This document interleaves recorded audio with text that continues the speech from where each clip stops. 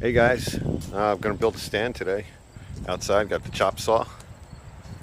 And if you're ever going to make a stand, get some 2x4s, have a plan, have a cut list, and an idea of how you're going to put it together. There's a couple ways to do it. There's lots of videos on the design.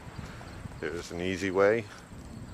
I'm doing a little more space-saving way, and I'll go over that when I get it all together.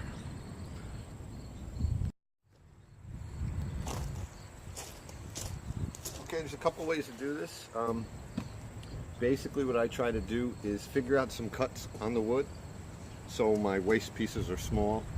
I don't want to have something that's almost big enough to be used. Not that 2x4s are expensive, but why waste them? You know what I mean? So basically I'll pull out my trusty tape measure, take a little square, I'll score a line with pencil, which I've already done. And the reason I do that, this is a miter saw, so I don't need a square, but I just like it so I have a line straight across. So wherever the saw blade's going to hit it, I know I'm good. All right, you plug in your saw.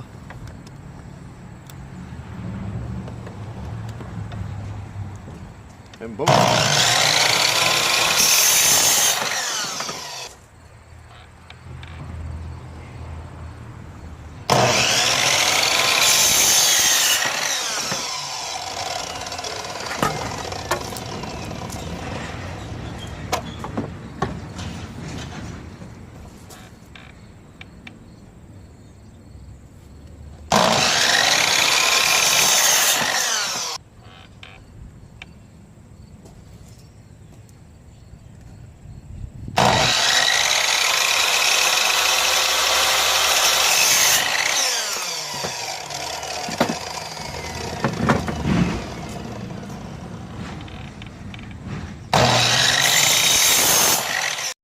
Don't have a truck? Well, maybe somebody you know has a Cadillac. Get 8 2x4s from the armrest to the trunk. And when you're done, you got a pile of wood. Now we got to put it together. Now I'm going to put this together with the old glue and screw method. I'm going to use these for spacers. I won't explain too much, you kind of get the idea as I go along. But get some glue, and smush it around a little bit.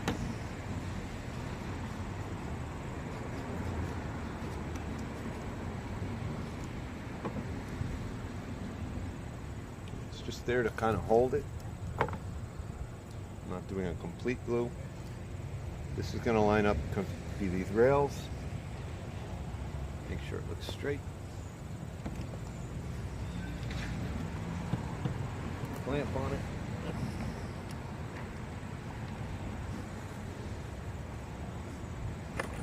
Put a screw in it.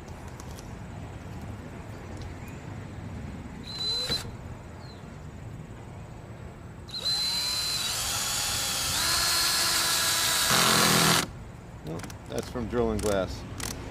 That's not going to work.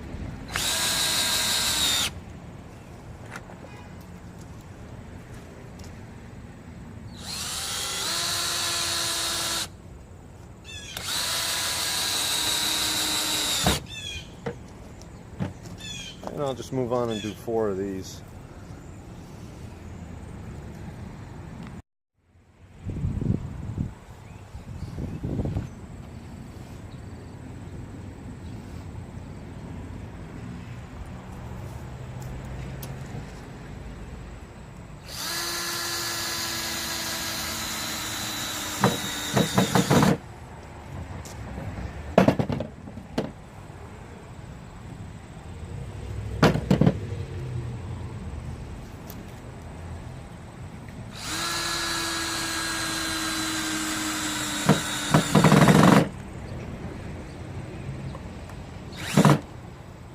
This segment is brought to you by DeWalt. Okay, I'm going to do one corner at a time. Put a little spot of glue in there. That's for you English guys. Little spot of glue. Just kidding.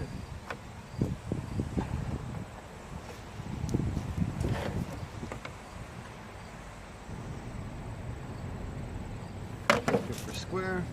Hit it with a few screws.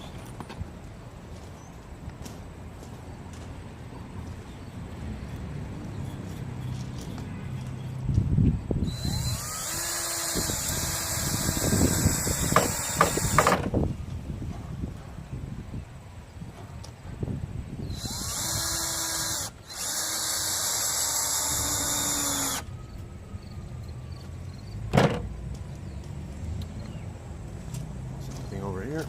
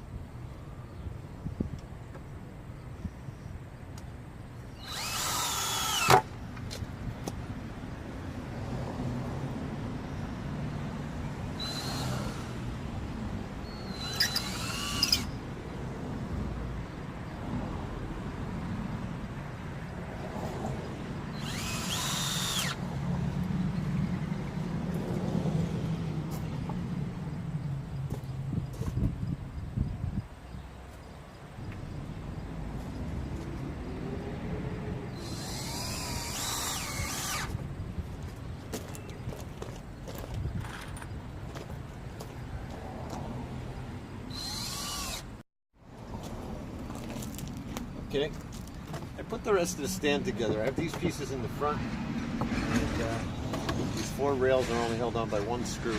These are screwed and glued because they'll remain with the sides. I also have some stringers I'm going to put in here to keep it from bowing out that way, pulling away. So all of that will make it sturdy. The reason why I didn't just put a 2x4, say, in the middle here like this, like everybody else builds stands. I've seen Joey do it like that. You lose a little bit of space inside. And I want to use a 40 breeder down here. This tank's only 41 inches. It's not a 48-inch tank. I work with what I have, right? So, I believe, and you guys can correct me if I'm wrong, a 40 breeder is 36 inches long, which in here I have 38, and it's 18 wide. And in here I have almost 23 inches from this support to this support. Okay? I realize the opening isn't 36, it's 34. But if I bring it in this way, I've got almost 40 inches. I should be able to swing it. If not, I'll take one of these off, put the tank in, put it back on. But that's gonna do it. I built this stand because once I put this stand in place and level it, I can build the tank right on top of it. Each panel of that tank of glass, I haven't weighed it yet, but each panel is pretty heavy, and I can't imagine picking up all 6 pieces at once. Not 6, 1, 2, 3, 4, 5 pieces. There's no top on a fish tank. So that's the plan, and we're going to do plywood, and what's this CJ uses, a yoga mat. We'll pick up a yoga mat, or one of those padded floor things that goes together like a puzzle. Something we'll put on there. All right, let it dry a few days with some clamps on it. and we'll get to building a tank. Maybe next week we'll be putting a tank together. Thanks for watching, guys.